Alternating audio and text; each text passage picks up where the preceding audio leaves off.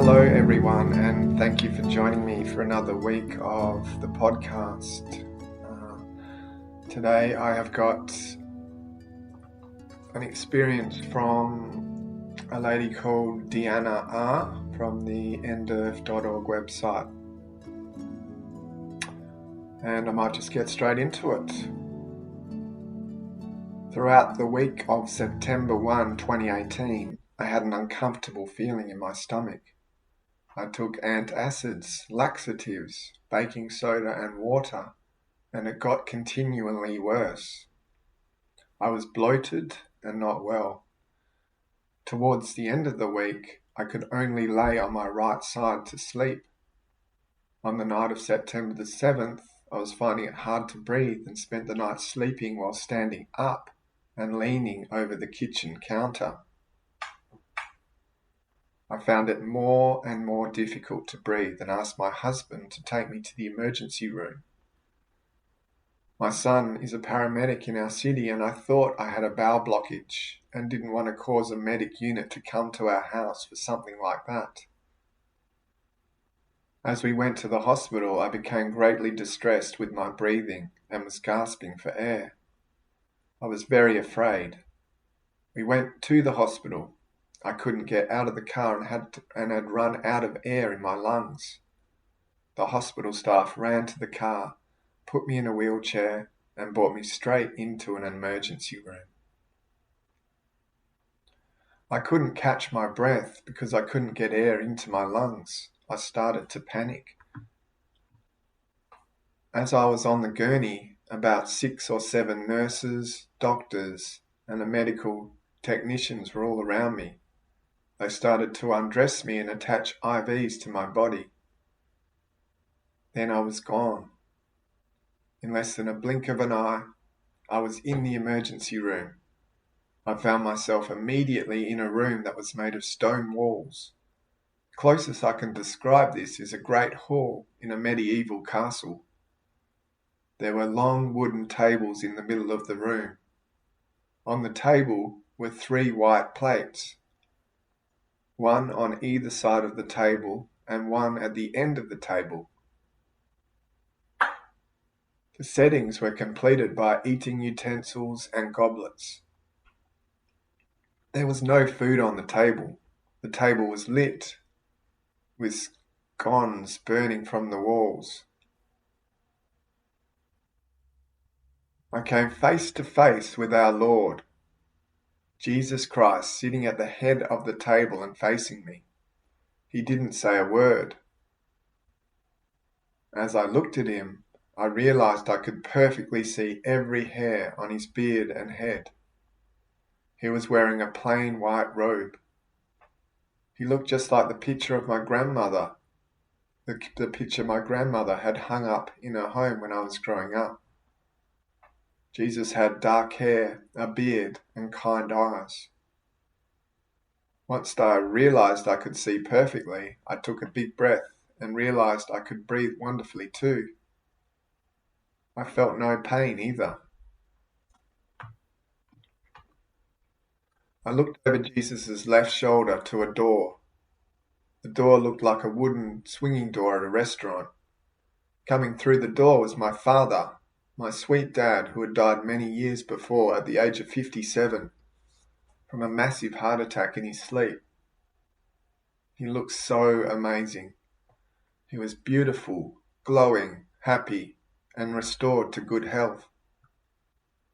When my eyes locked onto his, I felt the most amazing feeling of love. I have never felt that kind of love on earth from anyone. I felt love wash over me and over every single cell in my body all at once. The light had the most amazing, pure love with light and warmth to it. As he came through the door, I glimpsed a glowing, bright light behind the door. This was secondary to seeing my father. I was about to scream, "Dad!" and run to embrace him. Jesus put his palm up to me and said kindly but firmly, not now. Go back. Jesus never spoke with his mouth, but it was clear and loud in my head. I instantly went back to my body. I found myself about to be put into a CAT scan machine and completely unable to breathe. I was trying to pull at the tech and was holding my chest. He said, "Just 1 more minute, honey, we're almost done." Then I passed out. When I woke up a little over a day later, I was in the cardiac intensive care unit and couldn't remember why I was there. I don't remember being taken there, I just woke up there. I had some sort of mask on my face for oxygen, and IV needles in my ankles, hands, and the crook of my arm. My family was all around me and told me that I had had heart failure. My heart, kidneys, and lungs had started to fail. They told me the cardiologist on call said if I hadn't gotten there 10 minutes later, I wouldn't have made it. I was in shock. I thought I had a blockage in my stomach. In my wildest dreams, I would never have thought that I would have heart failure. I was only 58, in very good health, and had never even had surgery. On September the 11th, they did a cardiac catheterization through my groin. The doctor told me that it was an electrical issue and not a plumbing one. So I was diagnosed with heart failure, left bundle branch block, and pulmonary hypertension. I have since had an ICD pacemaker and defibrillator put in to regulate my heartbeats, and I'm doing very well. I don't have the pulmonary hypertension anymore. There was so much more to this experience since I came face to face with my dad and Jesus. I feel that what happened after that was truly amazing, and I would like to share. As my 4 children, ages 26 to 39, and my husband gathered around my hospital bed, they told me that 2 doctors had argued about whether to intubate me or use the oxygen machine with the mask over my face.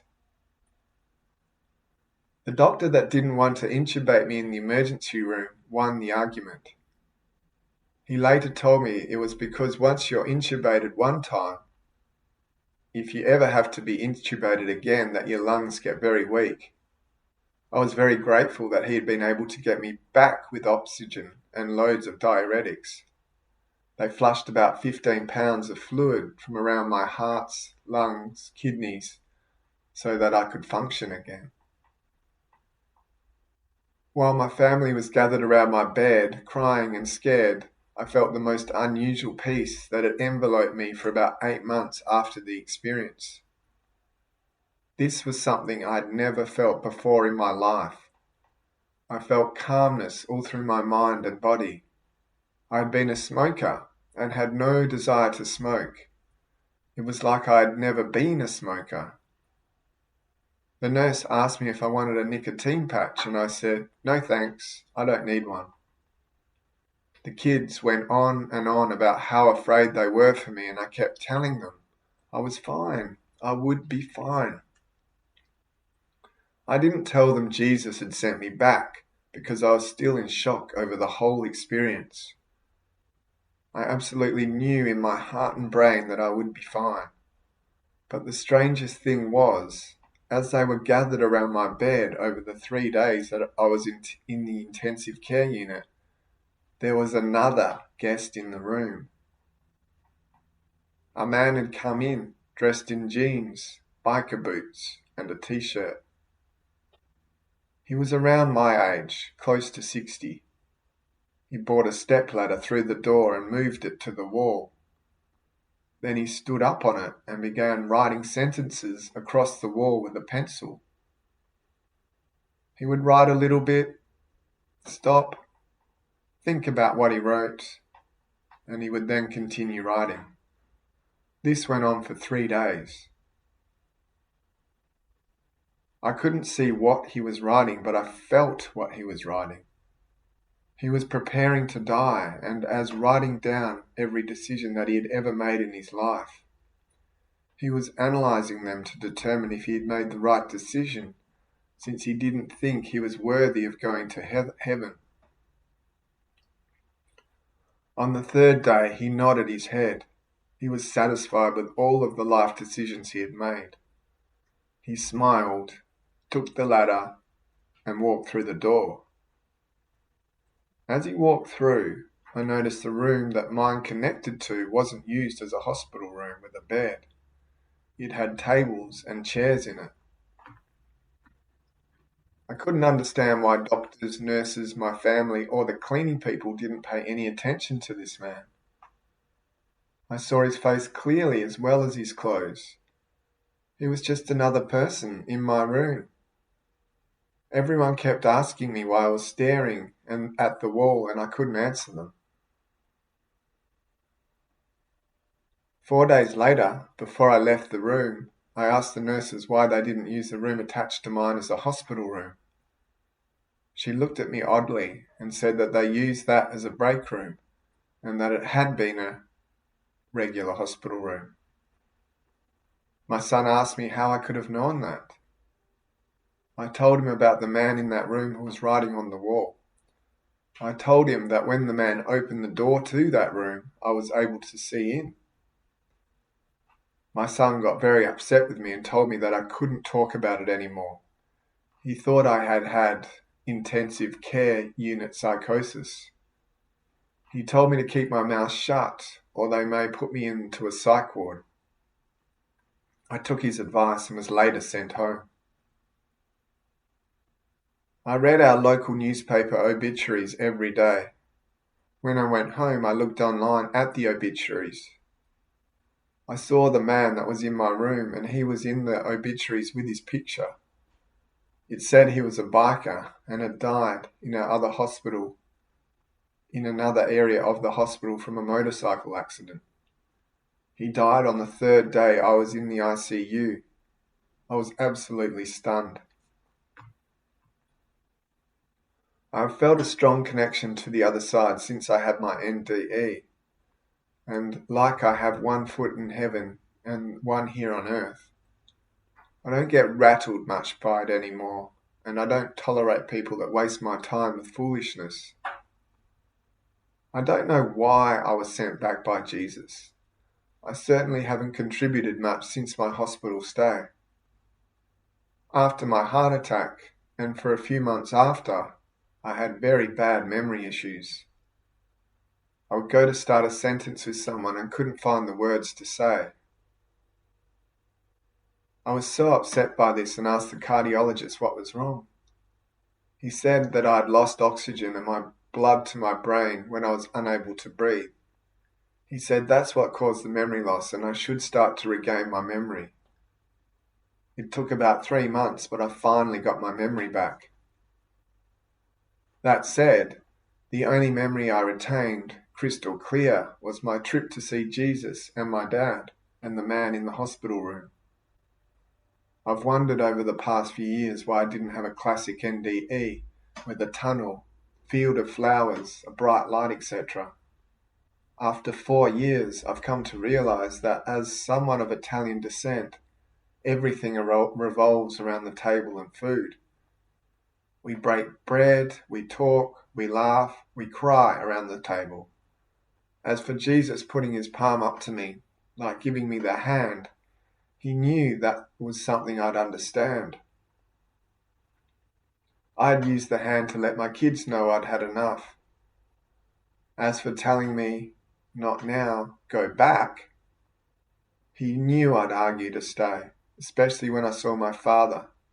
Jesus was firm enough in this that I didn't argue and went straight back into my body like a child.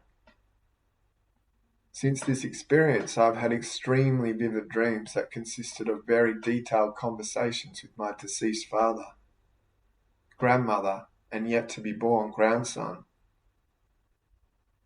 These are much different than a normal dream.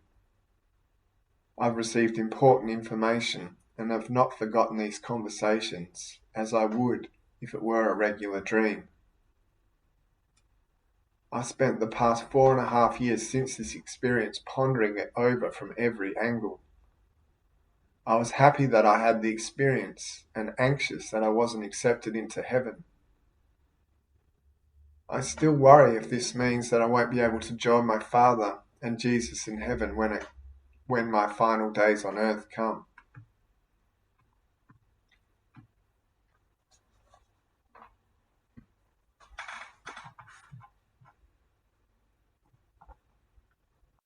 And that's the end of Deanna's experience.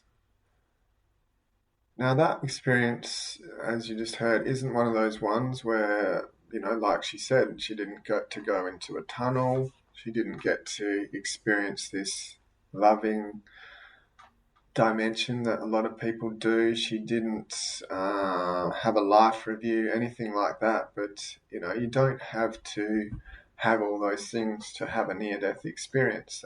She ticks the boxes in a couple of areas. She pretty much dies, and she goes into a dimension that is real to her, but definitely different to this physical realm, which is basically what a near-death experience is. And not everyone is going to have this extreme, extraordinary experience where they get to experience the oneness and the wisdom and the knowledge and the love that the universe seems to have. I don't know why that is. Everyone has their own unique experience, and in this case, she gets enough out of it to be awoken to the fact that there is more to this universe than what meets the eye as a person. It doesn't go into what sort of beliefs she had prior to this, whether she was religious or, she talks about Jesus a little bit in this experience, and she doesn't really discuss if she was a religious person beforehand, but this is what happens to her. We'll go through it again. So she's got a stomach problem, she thinks. As it turns out, this isn't actually what the problem is. So she took all sorts of things to try and fix this problem. She took antacids, laxatives, baking soda and water, and she's just feeling bloated and, clogged up down there, and she doesn't really know what's wrong, and it progressively gets worse, and she's a bit afraid or shy to ring the ambulance because her son works for the ambulance service in wherever she is, and is unable to call him call the service because she's afraid that, I don't know, I guess that her son will come and pick her up, or word will get around that she was called to the hospital for reasons related to a blockage of the bowel. And that, I guess, is a pretty common human thing to be embarrassed about that sort of thing. But and I was a little bit the same, but working in aged care and being around bowel problems regularly, it's become pretty normal and a subject that isn't as as touchy as it used to be for me. But anyway, the problem isn't related to that, as it turns out. She starts to have problems breathing, and as she's getting taken to the hospital, she is getting worse, and gets to the hospital and pretty much stops breathing there, and this is when her experience of the afterlife begins. So she's being wheeled into the hospital on a gurney, surrounded by doctors and nurses and technicians, and they're starting to strip her off.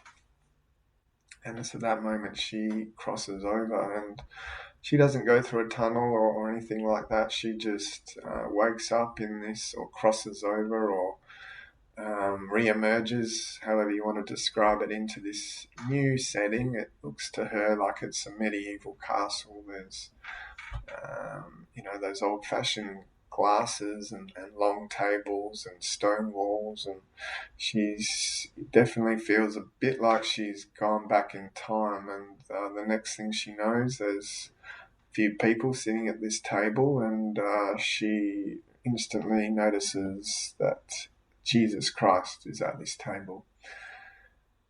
They look at each other. He doesn't say a word, and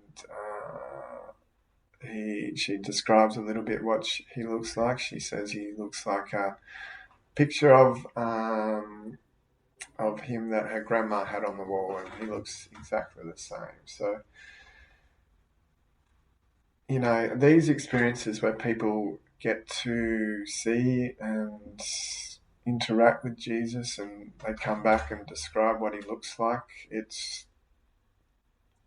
seems to be that the way he is described usually is how the person relates to him or thinks he looks like whilst they're in this physical realm. I know it's totally irrelevant what he actually looks like. I'm just a little bit curious myself as to what his features were, I guess, a bit like everyone else. And in this case, she says he had dark hair, a beard, and kind eyes. But like I said, she's just saying he looks like a photo, or not a photo, a picture, a painting that his grandma had of him on his wall. And I guess, you know, we've all seen images of what Jesus supposedly looked like, and I guess most of them I've never really paid too much attention to the details, but you know, generally got the beard and the long hair and olive type skin, and whether that's a reflection of what he really was like, who knows? And like I said, it doesn't really matter. But this is this is what he looks like to this Deanna lady in this experience, and she takes a deep breath, and you know, is in a little bit of shock and awe as to being in Jesus's presence, and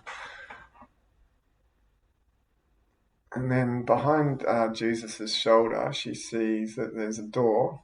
I love the way this lady's written this experience. Actually, it just flows off the tongue when I read it out, and really has a good writing style. And yeah, just thought I'd add that in. But anyway, she sees behind Jesus's shoulder this large swinging door, and in through the door walks her deceased father, who died of a heart attack when he was 57.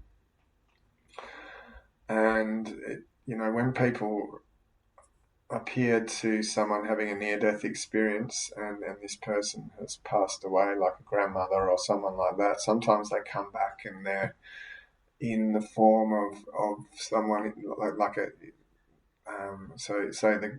say your grandmother died and she came back to you in a near-death experience. She wouldn't come back to you as a older woman like you would have known her all your life. She could come back as someone in a prime, in a 20s or 30s. And sometimes when people have a near-death experience, the people they know and they've lost aren't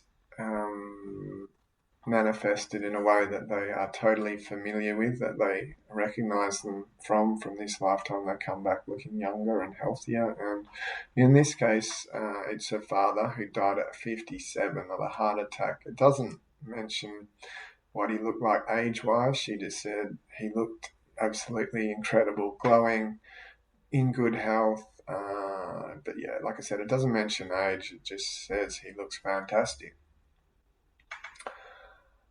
And once she sees him, in this case, this is when she starts getting this loving. Oh, so sorry. I think I said at the start she doesn't get this experience of love, but I missed this bit and forgot about it.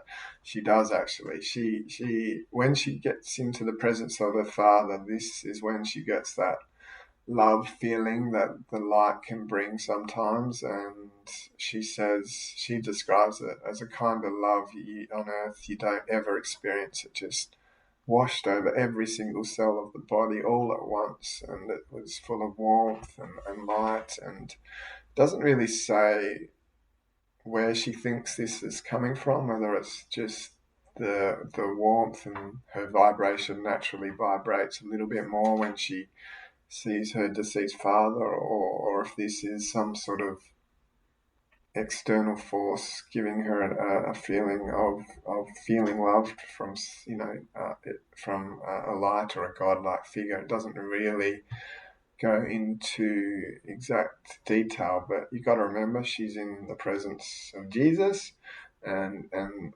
also now in the presence of her father, who she sounds like she was very close to, and must have been a very exciting experience for her to be connected to a couple of people that obviously are very special to her again, and whether that, like I said, has created this high vibration and this loving feeling, or whether they're actually doing something to her to send her some love. I don't know, but this is what she is going through. So as she sees her dad, her first reaction is to want to go over and obviously embrace him, give him a hug, give him a cuddle. And as she goes to do that, Jesus says kindly but firmly, "Not now, you need to go back," and puts his hand up as, as though to say, "Stop, don't go any further." And as he does this experience abruptly comes to an end. She doesn't get a choice on whether she wants to come back. She just gets told basically, it's not your time. This time will come, but right now we can't even let you have a cuddle with your dad. And it might sound a little bit cruel, but I guess at least she got to see him again. So this lady, she's 57, she's in good health, and here she is, her heart and kidney and lungs are all starting to pack in, and everyone's kind of wondering what's going on. And it sounds like it's a little bit of history repeating, because her dad died of a heart attack around the same age, and this time they're able to kind of figure out what the problem is, and it seems to be an electrical issue with the heart, which is fixed by a pacemaker. And so obviously this is able to save her life, and she doesn't have to cross over like her dad did at a similar time in his life. So the next part of this experience is a continuation of where we're up to. She is in the hospital. She's had this experience with Jesus and her dad, and she's just sitting in hospital with her family and kids and everyone surrounding her. And the next thing she notices is this.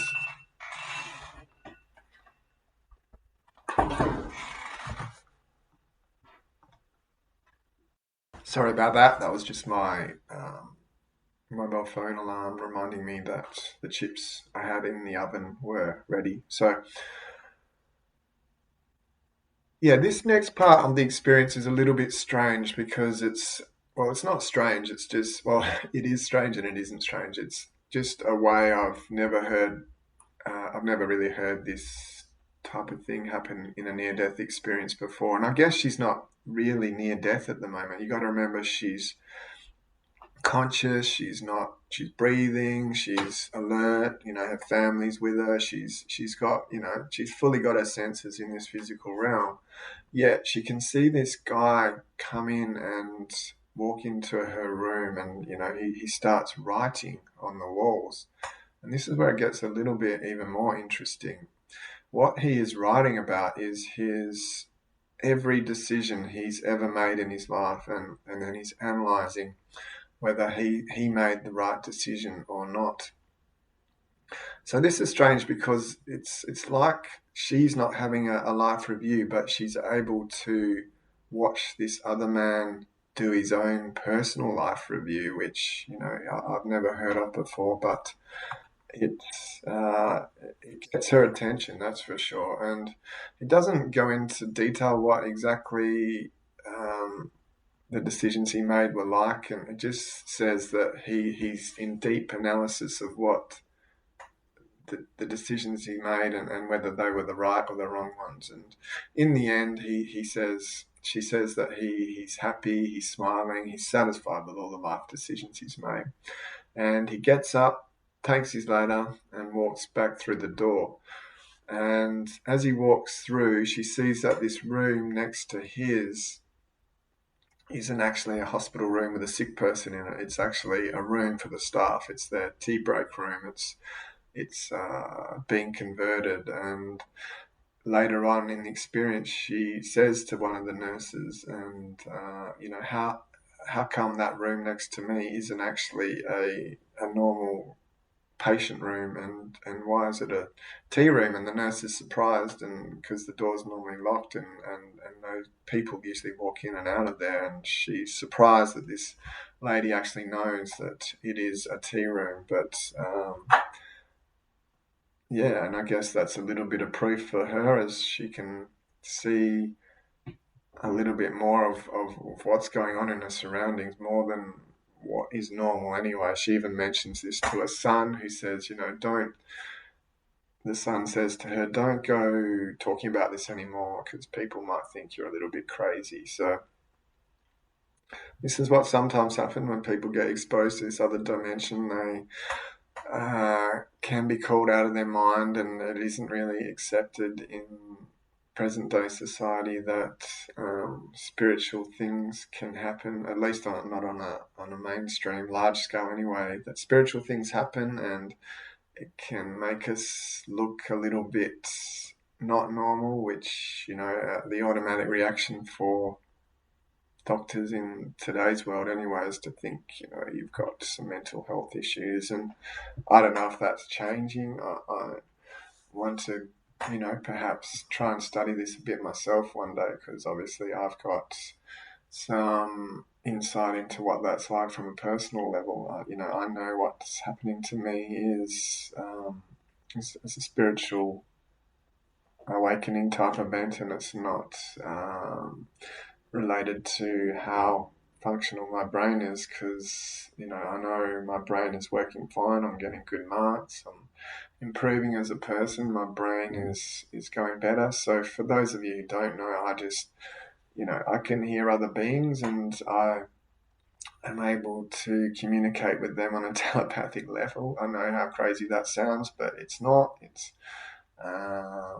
It's not a mental health thing. It's a spiritual connection. So this is how I can relate a little bit to what the son's saying to her. It's similar to me. I've spoken to my family about what happens to me, and they say the same thing. You go to a doctor. You're not right, and but I continue to get better and improve as a person. And if it was a mental health thing, isn't that supposed to drag you down? I don't know. But, everyone's different, I guess, and I'm not saying mental health issues don't exist. They do, and it's just, I don't know, it's a blurry issue without, a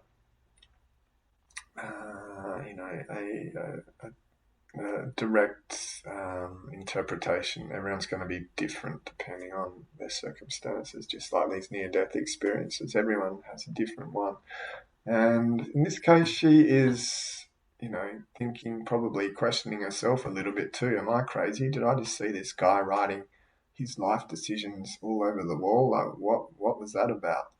Why didn't anyone else see him? And why was I able to see through this locked door where the nurses go for their lunch break, whereas when I shouldn't have even known about that? So, yeah, of course, you're going to start questioning what's going on there yourself personally, and if you tell others about it, they're going to start thinking, what's the problem here? What's going on? And anyway, to see where this story goes next, she goes home and starts reading the obituaries in the newspaper, and sees that there's this guy she saw in the hospital writing on the walls. There's a picture of him in the paper, and he died a couple of days ago from a bike accident, I think it said. He was a biker anyway, and he had biker clothes on in this, I don't know, vision, is that what you call it, in the hospital? And yeah, so she goes home and reads the obituaries, and there's this guy who died a couple of days ago, and he's the guy that she saw writing on the hospital walls. So a little bit more evidence there for her that what she experienced with Jesus and her dad was real. And that, this life we have as a human is just the tip of the iceberg, and there's a lot more to this reality than what a lot of us think there is. Then she starts to do a bit of self-analysis as to why she wasn't able to continue on and have a bit of a talk with her dad. And she says, it just probably wasn't her time. But as time goes by, she has more dreams and she is able to actually have this connection. And she says these dreams are very vivid. They're not like your normal everyday dreams. She is actually having a communication with the other side.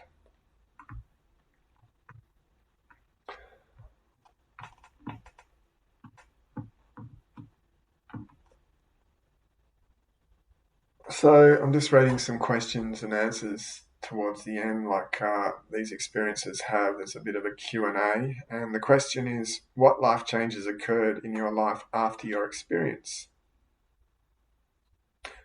The answer was, slight changes in my life. I am secure beyond any doubt that Jesus exists now. I met him. I can feel and sense things now. I have a knowing that is just a deep feeling inside myself. I know when trouble is coming. I know when good will happen. I have extremely vivid dreams and conversations with my deceased father and grandmother, but only when important information needs to be divulged to me.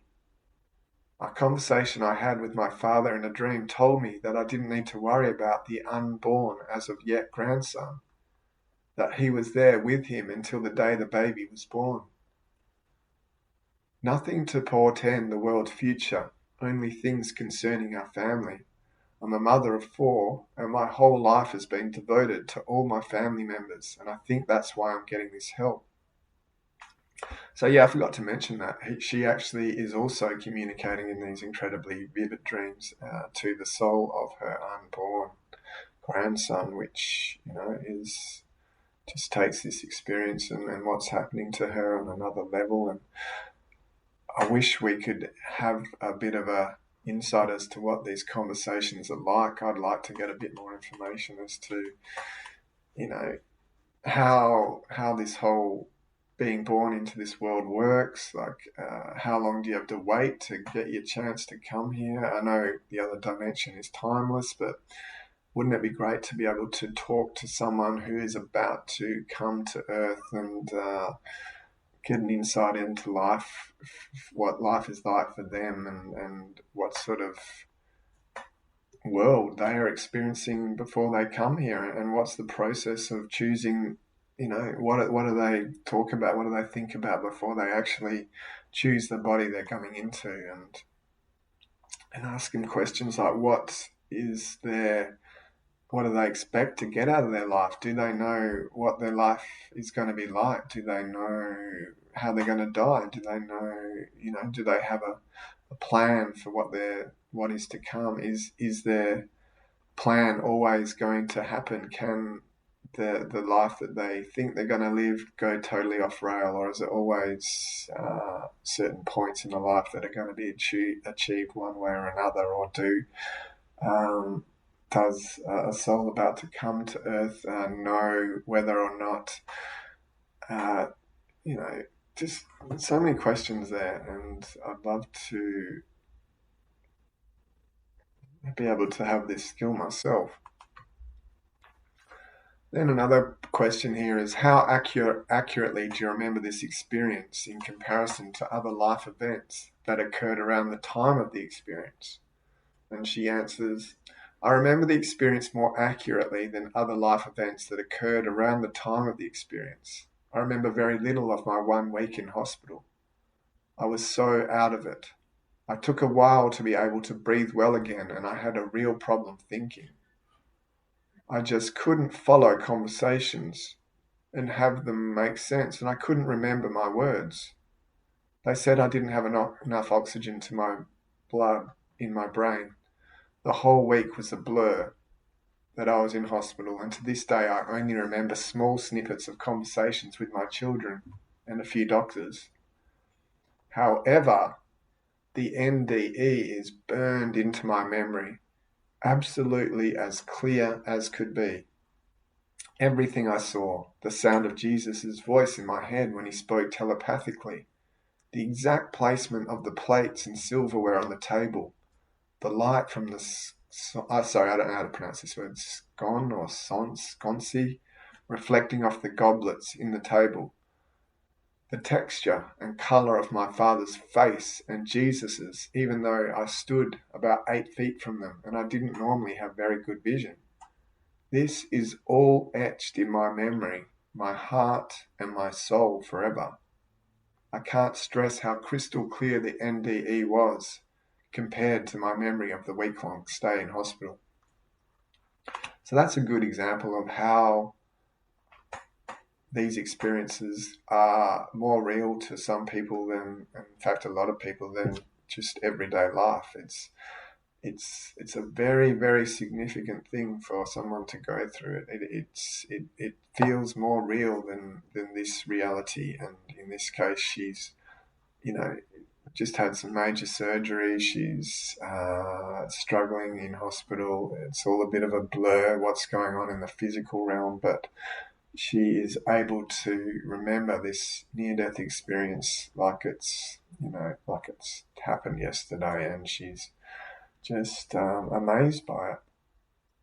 And it feels like ever since this experience, she has sort of had one foot in this world, this physical world, and one foot in the next dimension. And that's another part of this experience I can relate to too. I feel a little bit the same. Most moments of the day, there's something, I don't know what it is. Is my soul sort of half out of my body and halfway to heaven and half in the body and in this physical realm? But I don't know. It's weird. It's like I am in a similar situation. I feel like I'm in both dimensions most of the time as well. It's except when I'm really heavy and in darkness, then I feel very, very much part of this physical realm, and there's no real connection to a higher being or angels or guides or anything like that. It's it is a bit like that. But when that happens, I tend to be more in tune with these negative beings that are able to communicate with me, and obviously the opposite's true when I'm feeling lighter and more high vibrational and more connected to the universe.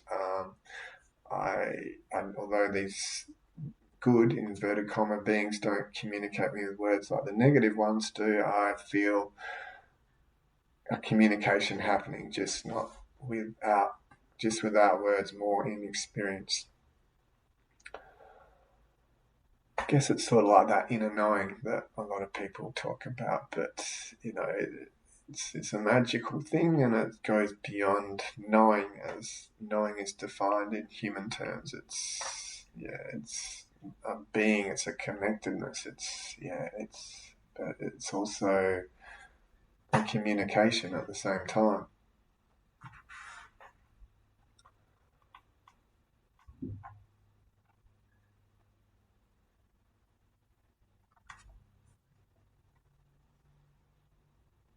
And I'll just finish here with one more question.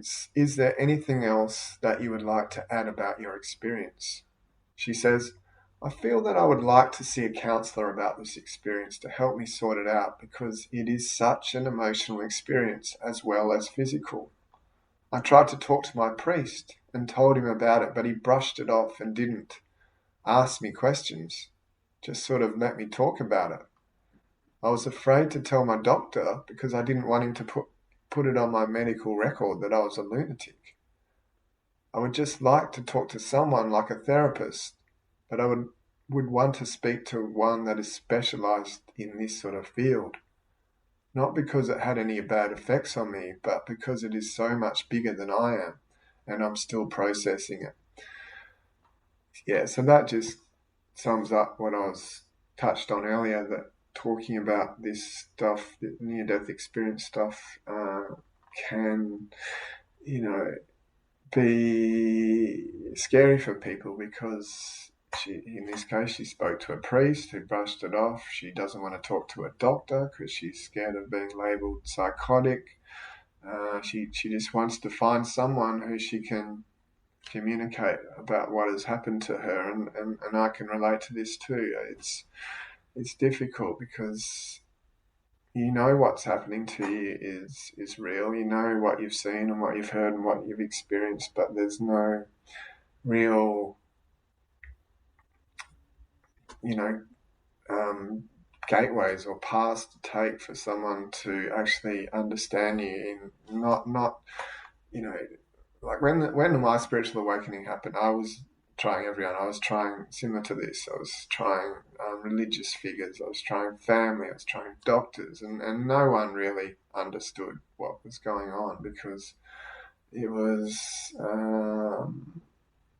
all these things that were happening to me were pigeonholed into areas that just didn't really match up to what was going on. So I have had to go on this journey myself, and it seems nowadays that spiritually transformative experience are becoming a little bit more mainstream. But when I first started looking into this stuff, it was tough because there was no one to really, no one who specialized in this stuff, and no one that I could find easily anyway was able to discuss with me exactly what was going on. It's taken me, a few years now, and this is probably the best place I can go to understand exactly what's happening to me and what's happened to other people is through near-death experiences, because they have had similar things happen, and it's just a spiritually transformative experience, and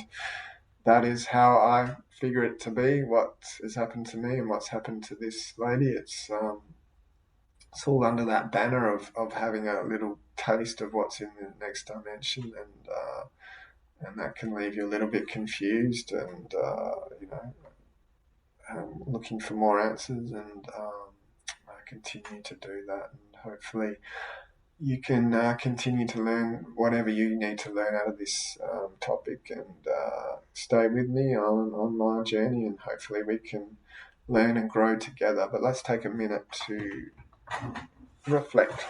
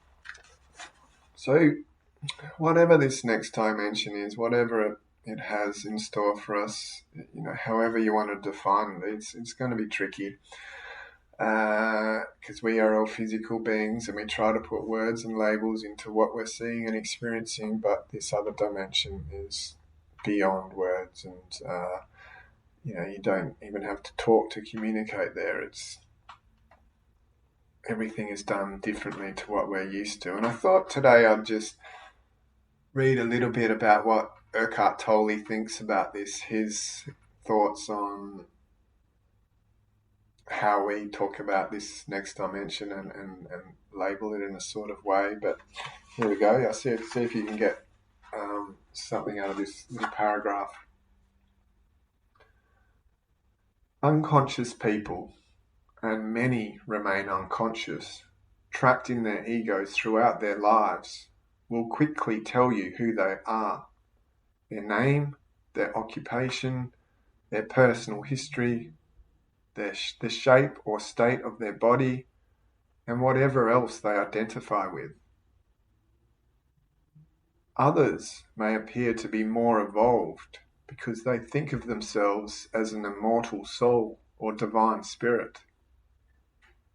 But do they really know themselves, or have they just added some spiritual sounding concept to their concept, to the content of their mind? Knowing yourself goes far deeper than the adoption of a set of ideas or beliefs.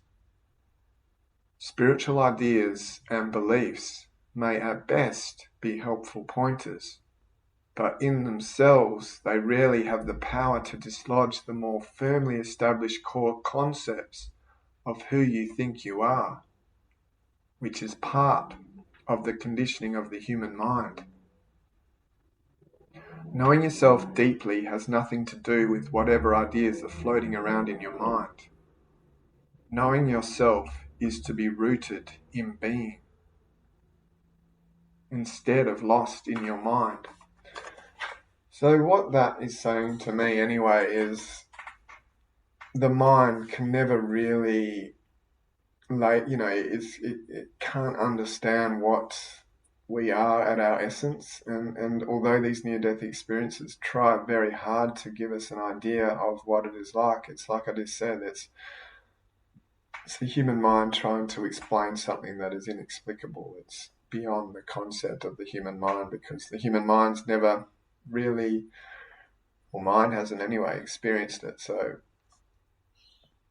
although these people have, in near-death experience, had a taste of what this next dimension is like, it's just goes beyond what we as people are able to properly explain. And the best taste most of us can get of it is being present, is not being in the mind at all, and just trying to just be, not try so hard all the time, just be and see how that affects your life and what experience that is like. And I know it's hard for a lot of us in today's society to just stop and do nothing for a while or meditate, whatever you want to call it.